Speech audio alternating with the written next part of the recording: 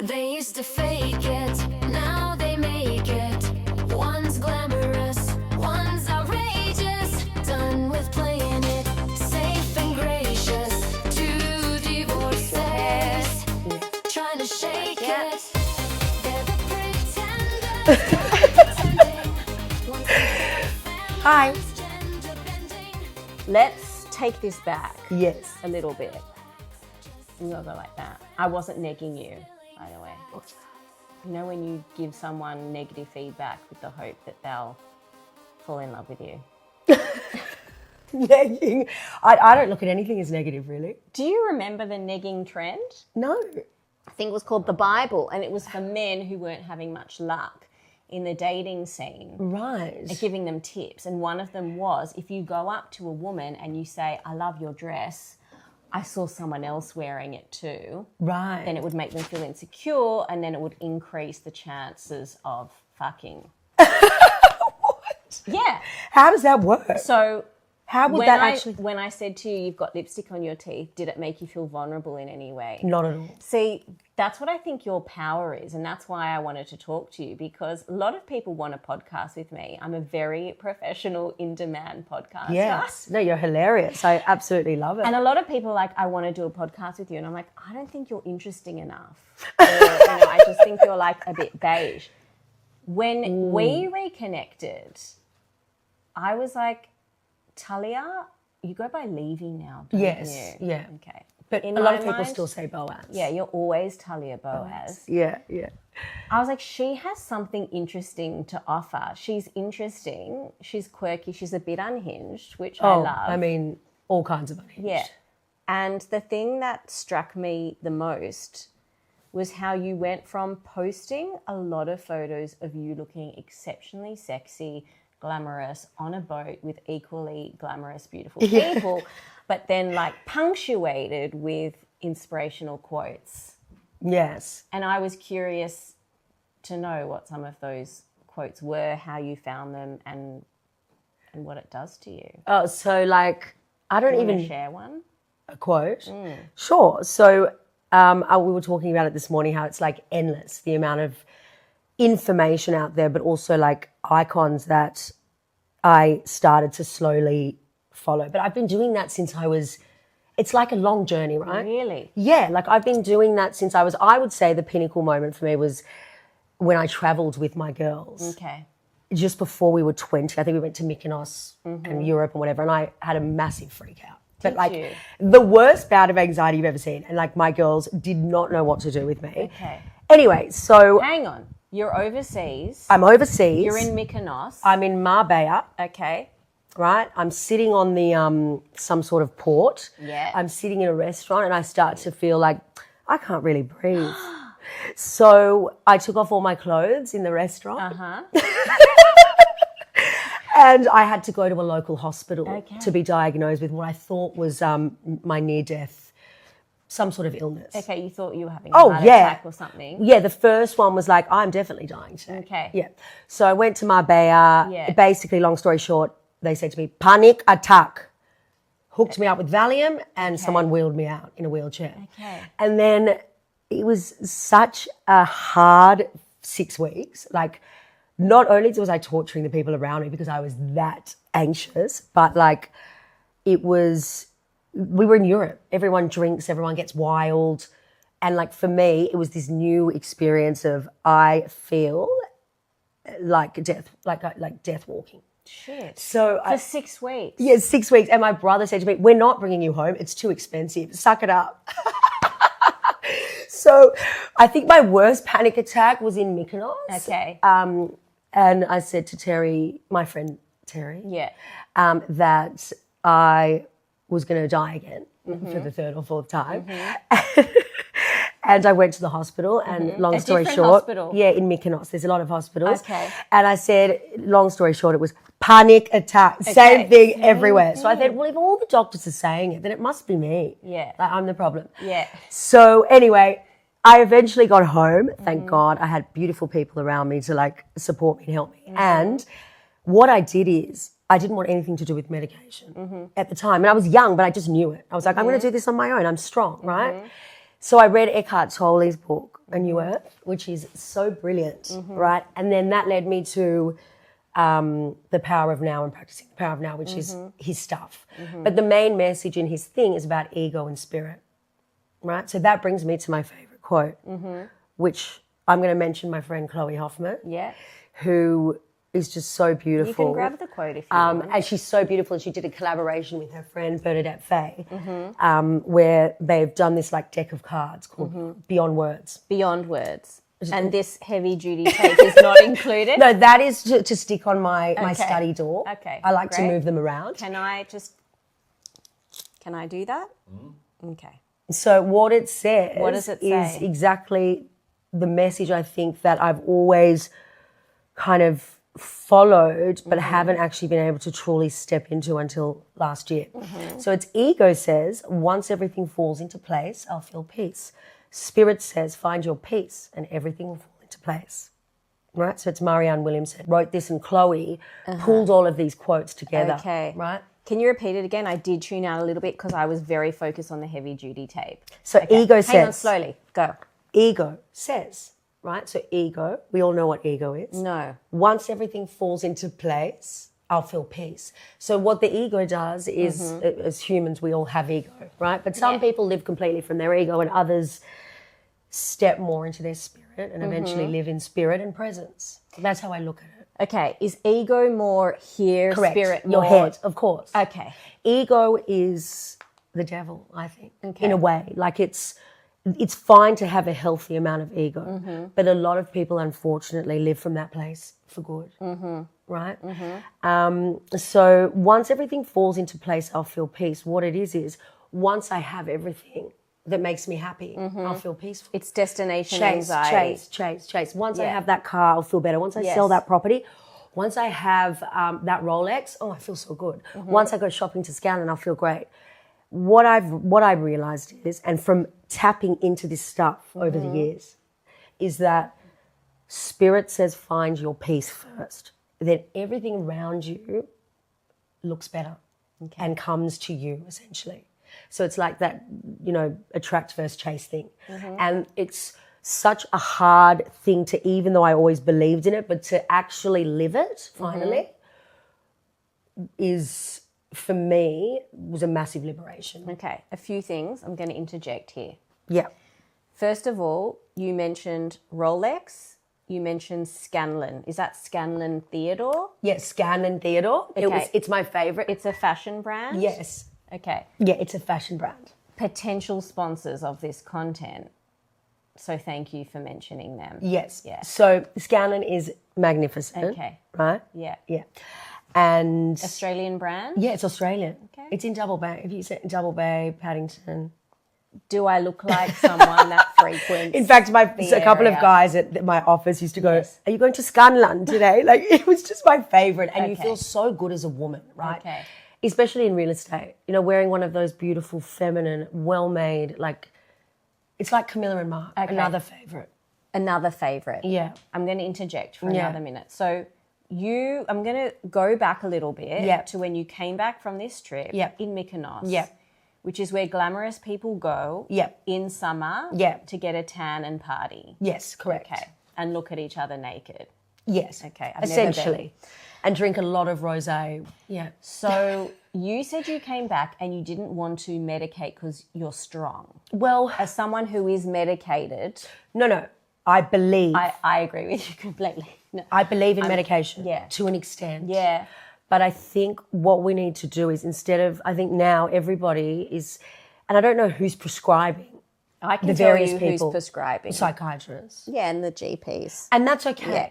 I've been on medication in Yeah. the past. There's a place for it. Yeah. But before or in conjunction with medication, I think a lot of what's going on with people is actually not proper depression. It's actually not tapping into your purpose and your presence and living in the present, right? A lot of it is about living in, and this is all about ego, people living in their head and thinking that that's life. And some people will get to a place where they understand this and other people won't, Okay. right? And so I think medication definitely has a place, but before we go to that stuff. It's always a question of what is it? And I wrote a speech in my housewarming for this house last year, but what is it that you're doing? Like, what is it that you came here to do? Like, ask yourself that question, right? Like waking up to what's going on around you. And that's what happened with me last year. What is going on? Where am I? Like, where have I got to? Have I lost myself in terms of living in a place it's not your true essence? Okay. Do you understand what I'm saying? Like, I do, because I blew up my life and left a marriage to be with a woman. Correct. So I do understand that. Making choices that, regardless of what people say about you, making choices that are true to who you are is hard, but it's liberating. That's a misrepresentation of the truth, however. I mean, it is true. It's just I did not leave my marriage for a woman. No, you didn't. The marriage fell apart, then I found Correct. this woman. And you told me that you were leaving. I did, didn't But I? you never said anything about anything else. Yeah, I said, because go there for it, was Tami. nothing else. Correct. So what happens is when you make choices that are that you need to make in your heart of hearts, the next thing comes that is supposed to be part of your life. Okay, now it's your turn to ask me what quote I brought today. What quote did you bring today? Okay. Am I inspiring you to look for quotes? Yes. Does it not just like lift you up? Your posts lift me up. Your stories lift me up. That's amazing. And that is like, can I just say, like, that is so, I'm so grateful to hear someone like you say that. Because I'm a deeply cynical person. Oh, really? Yeah, and so it surprised me. I saw your quotes and I love this. thought that I would be laughing and being like, oh, Tals, like, what's she on? And people have laughed, and I don't care. And then I kept reading them and I'm like, she's actually onto something. But also, the fact that you said it made you feel good, Yeah. that's what I want to do with those, and people don't understand that. No. And I'm only reposting what made me, what lifted me up. Yeah, but I think you've got potential to write your own. I do write, and we'll talk about that another time. But let's I've talk brought about in you. a quote today, but before we get to the quote, Yeah. I need you to appreciate the vessel I've brought the quote in.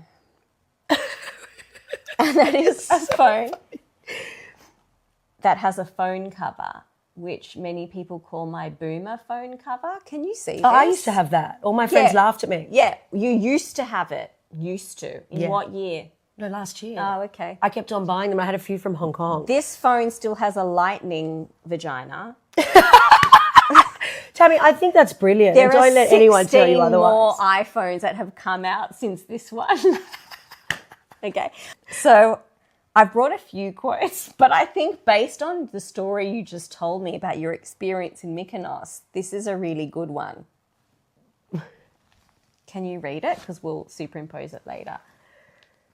Tip, spice up your panic attack with a harmonica. I love that. Does that mean like take your anxiety and put it into music? No! It means imagine you're having this panic attack and you can't breathe, but you put a harmonica. Oh, see, it would make me feel better. It would make me feel better. I know. Isn't that good? It's so good. I know, and I didn't even know you were going to share a panic attack story. Oh, like panic attack, honestly, what I ended up doing as well, the therapist told me, just run. Like, just go for a run. Are you a runner? Yeah, I used to run. I ended up, and like when we talk about strength, after I read the books, I thought, fuck it, I'm going back to Europe by myself. I'm getting on that plane. Even if I can't breathe, I'm going to go and I'm going to face my fears. So I went to meet Nat in Milan. Wait. Wait. When people talk about facing their fears, they're like, I got up on that ladder, I climbed that mountain, or I put that spider in my hand. You're like, so I faced my fear. I got on a plane and went to Milan.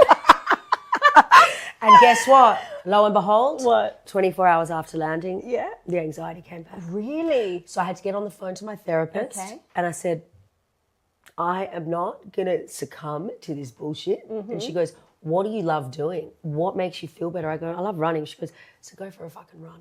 Sorry, I shouldn't swear. No, you can Go swear. for a run. Okay. So I said to Nat, I'm going for a run through the streets of Milan and I'm going to look weird. Okay, And I just ran.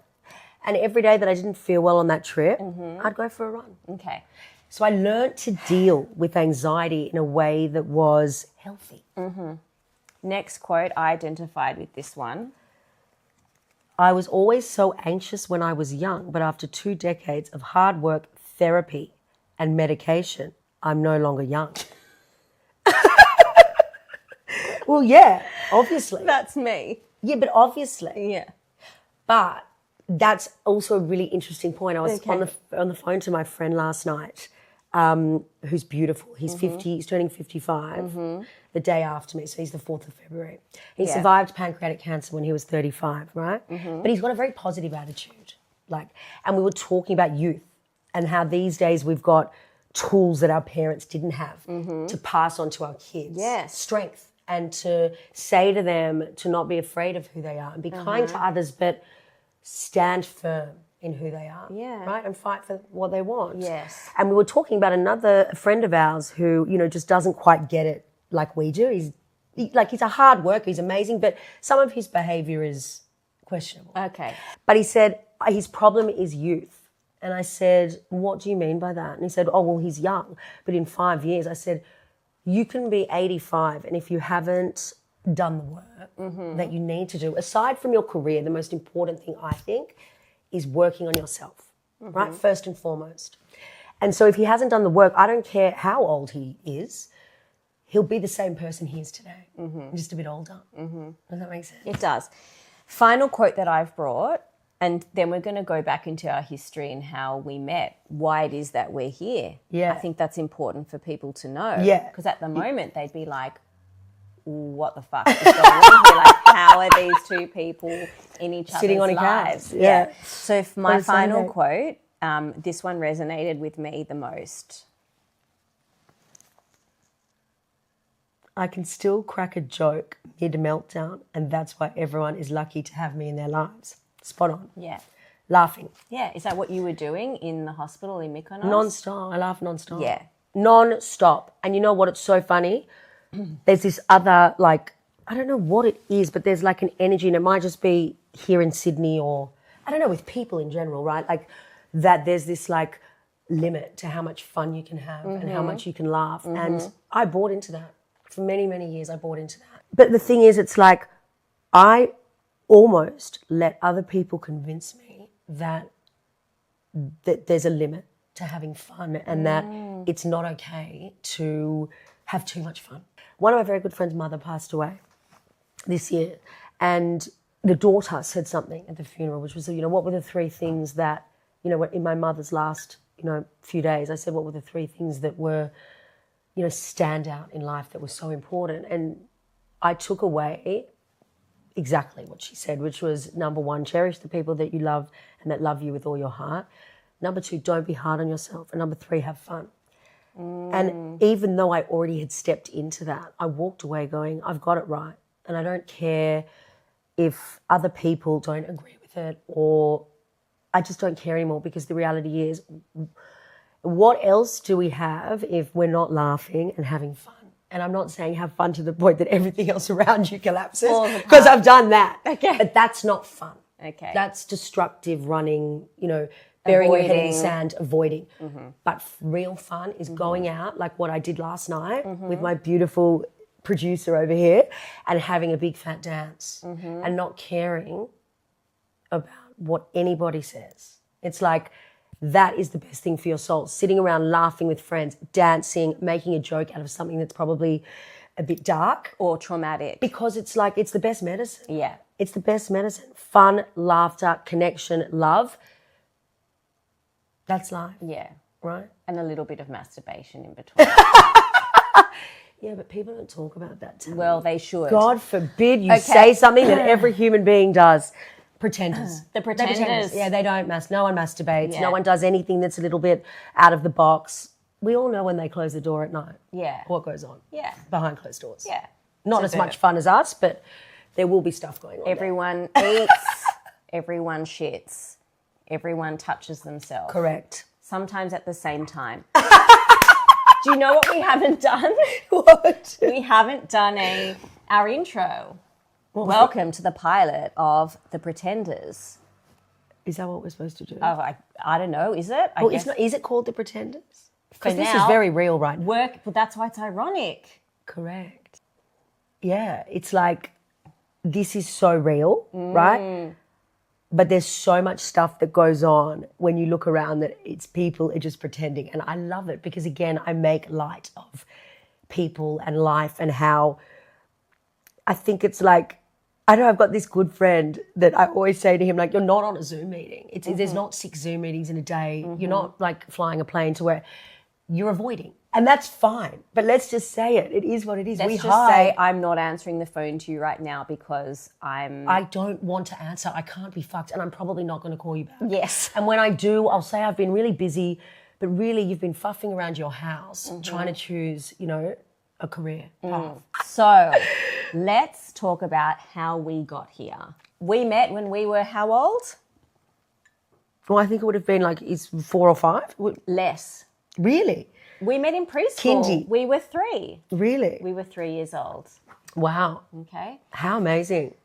Then when we were 6 years old, grade 1, Yes. Mrs. Wood Yes. was our teacher. Amazing. The two of us realised something. What is it that we realise? Because I told someone a story about us yesterday. We realised that we were shit stirrers. Oh, yeah. Yeah. I said you were I was telling my friend on the phone last night, the guy, I said, Tami was like I thought you were like a bit of the performer. Okay. Like the actress and the... Not that young. Really? Yeah. So that young, I was still a little bit shy. In my memory, you brought something out in me. Yeah, Yeah. I often do. Yeah. So I called myself the strategic menace. Yes. Yeah, very That's strategic. what you were. I liked to mess with people in a kind and loving way. Not always in primary school, but... Not the time we got suspended. I think I took it a bit far, like I do now. Yeah. But we had fun. We did. You were the strategic menace. Mm-hmm. We had a really good friend, Jackie. She deserves a shout out. She she's kept us in beautiful. line because she was a good girl and we wanted her validation. And then the year later, she fucked up with her family to live in Singapore for a few years, which was rude. Yes. And it just left the two of us. She left us to our own devices. How funny. And we were quite naughty. Very naughty, yeah. We pushed the boundaries. We did. Which we still do. We still do. We made up a rumour that there were ghosts in the toilet cubicles. That's the story. I told you last night. Which what happened? It ended in someone, I think they pooed their pants. It's because they were too scared. Do we remember who it was? No, it was someone in a Okay. year below us. They pooed. They shut themselves. I mean, I think it's quite funny. Because they were too scared to go to the toilet because we had told them there were ghosts in there. It's funny until you think of it could be your own child. I know. Yeah. Do you have any remorse or regrets? No. It's too far away for me to really care. Okay, so I have hyperactive empathy, and so I wake up at 4 a.m. thinking about that poor person who shut themselves. Oh, really? Okay, jump forward to high school.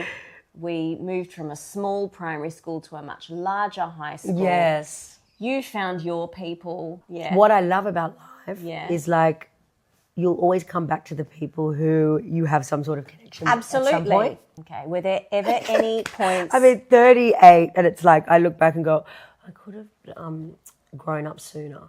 Although I'm still not that grown up, Okay. you know? Ask me what I was pretending What to were be you in pretending? high school. What were you pretending? I can't remember. I was pretending to be straight. Like a lot of people. Yeah, I know. But Who are still hats doing off to it. you who just, elegantly went, this is me. Yeah. And I love that. Thank you. I really love that because it is such a amazing thing to just be who you are. Because the more you don't, the bigger deal things become. It's like, and look at Sydney. Look how many people are doing what you're doing and leading a really great life. Would you say I'm leading a really great life? From the outside, I'd say absolutely. Wow. Why not? Are you? Yeah. Even though I've had the hardest year, my dad's not well. Yes. And I don't like talking about the hard stuff. Yeah. But we all have it. And I think when you're strong, or not strong, but when you make a decision, a certain decision about where you're going in life and who you're going to be, there are decisions that you need to make that are not necessarily going to be, they'll be frowned upon, and people will keep talking about you, whether you make the decisions or not. Yeah. Whether you're authentic or not, you will be spoken about. Yeah. Right?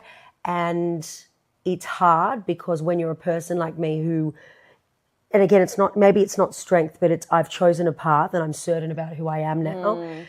I still have a very big heart, and there are many days where I have not come out of my house, through just losing people or making a choice to, separate myself from people or changing my world a bit or being more private.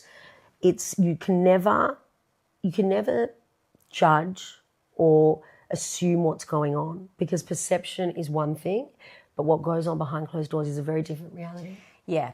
So this is our pilot episode, and I think what listeners or viewers can expect to see and hear moving forward are stories about real estate in Sydney, because you work in real estate. We've got to do it. Yeah.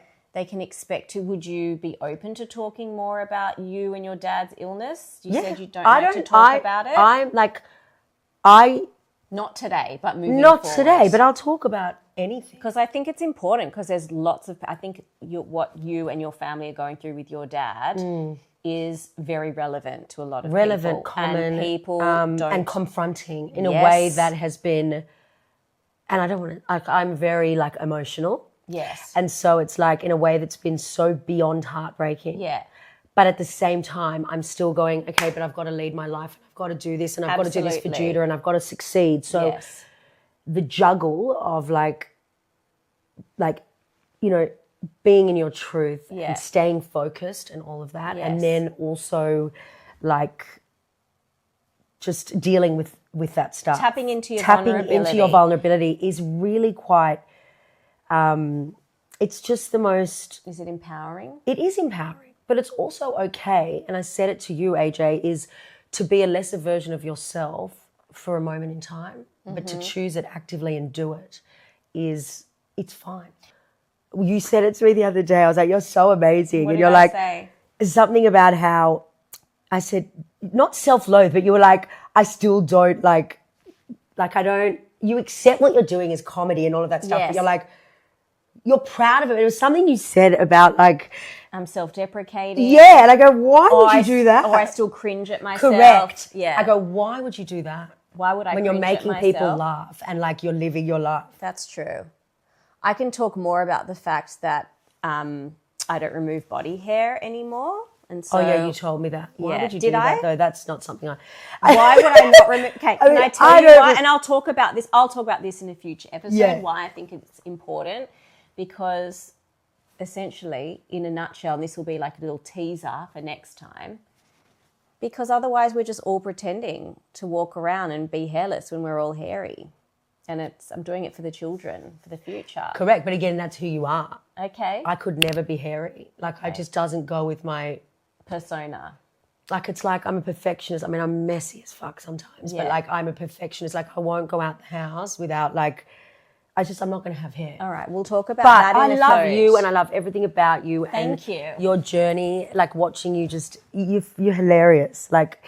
And you called me cute today. Yeah, that was the first thing, because you've given up time to come and sit here, and I'm really grateful that you see these things that I post, right? And I repost other people's things, but if one or two people read that stuff, even if from Gabby Bernstein or Tony Robbins, and they feel better about it, right? Sprinkling light, sprinkling love, sprinkling, if someone's having a bad day, it's one thing you can say to someone and will change their day. Yeah. And it's so, when I started being inspired by people, the people ahead of me that were I looked at them as not even successful, but doing stuff, making harder decisions, whatever it is, they inspired me to keep going. And I guess that's what I'm trying to do with my comedy. So we're on the same page. Yeah, it's so... We're on the same couch. Just in a different style. Yeah. And I laugh. I mean, I'm not funny like you, but I've been told I'm just so... You are very funny. like unhinged. Yes. But in such a loving and kind Yeah. way. And I think it's so like, it's so fine to just do it. Yeah, laugh and I think a lot of people will benefit a lot from these chats. Thank you so much for joining us for this pilot episode of The Pretenders. I'm Tami Sussman. And I'm Talia Levy. I'm supposed to tell you to like and subscribe. Yeah, that's so like cliche. But if you don't like and subscribe, we don't care because we're going to do it anyway. We're having so much fun. Trying to shake it. Maybe fix your hair. Yeah.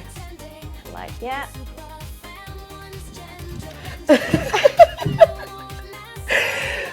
Hi.